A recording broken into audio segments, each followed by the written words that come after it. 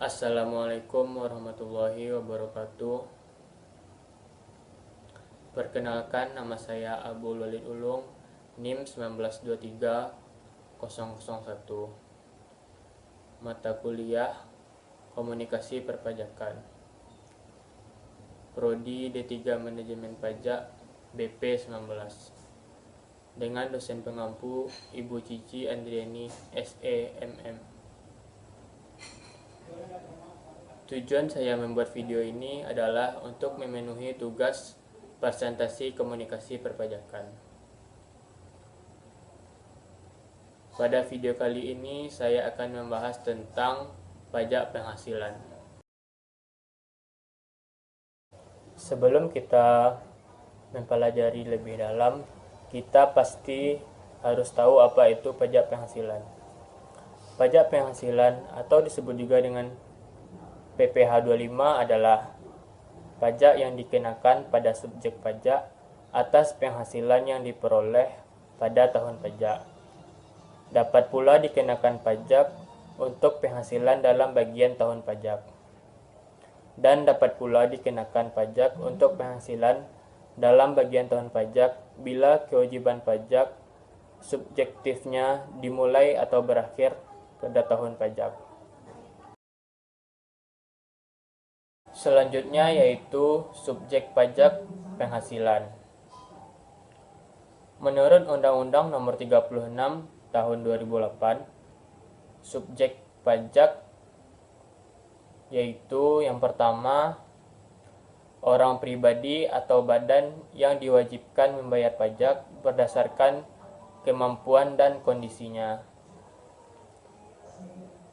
Kemudian subjek pajak yang kedua yaitu orang pribadi atau perseorangan dan warisan yang belum terbagi sebagai suatu kesatuan.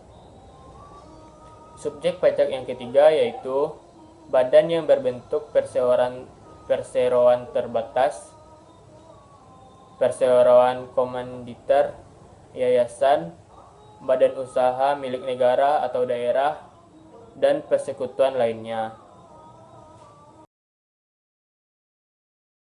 Selanjutnya yaitu bukan termasuk subjek pajak. Menurut Undang-Undang Nomor 17 Tahun 2000, yang bukan termasuk subjek pajak yang pertama yaitu Badan Perwakilan Negara Asing. Yang kedua, pejabat-pejabat perwakilan diplomatik dan konsulat atau pejabat-pejabat lain dari negara asing, dan orang-orang yang diperbantukan kepada mereka yang bekerja pada dan bertempat tinggal bersama-sama mereka, dengan syarat bukan warga negara Indonesia, dan Indonesia tidak menerima atau memperoleh penghasilan lain di luar jabatan atau pekerjaannya tersebut, serta negara yang bersangkutan memberikan perlakuan timbal balik. Yang ketiga yaitu organisasi-organisasi internasional yang ditetapkan dengan keputusan Menteri Keuangan, dengan syarat yang pertama yaitu Indonesia menjadi anggota organisasi tersebut. Yang kedua, tidak menjalankan usaha atau kegiatan lain untuk memperoleh penghasilan dari Indonesia selain pemberian pinjaman kepada pemerintah yang dananya berasal dari iuran para anggota. Yang keempat yaitu pejabat-pejabat perwakilan organisasi internasional.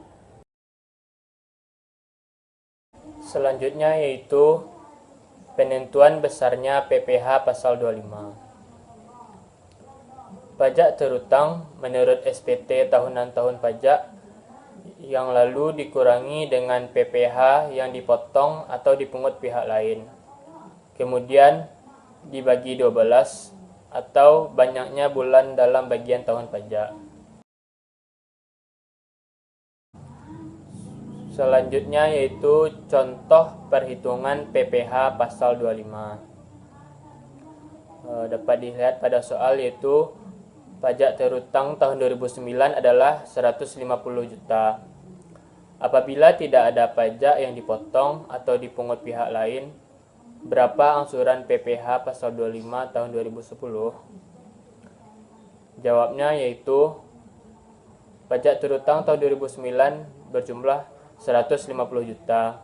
Kemudian kita bagi 12 karena dia bertanya tentang angsurannya per tahun. Jadi kita bagi 12 yaitu 150 juta kita bagi dengan 12 menjadi 12.500.000. Jadi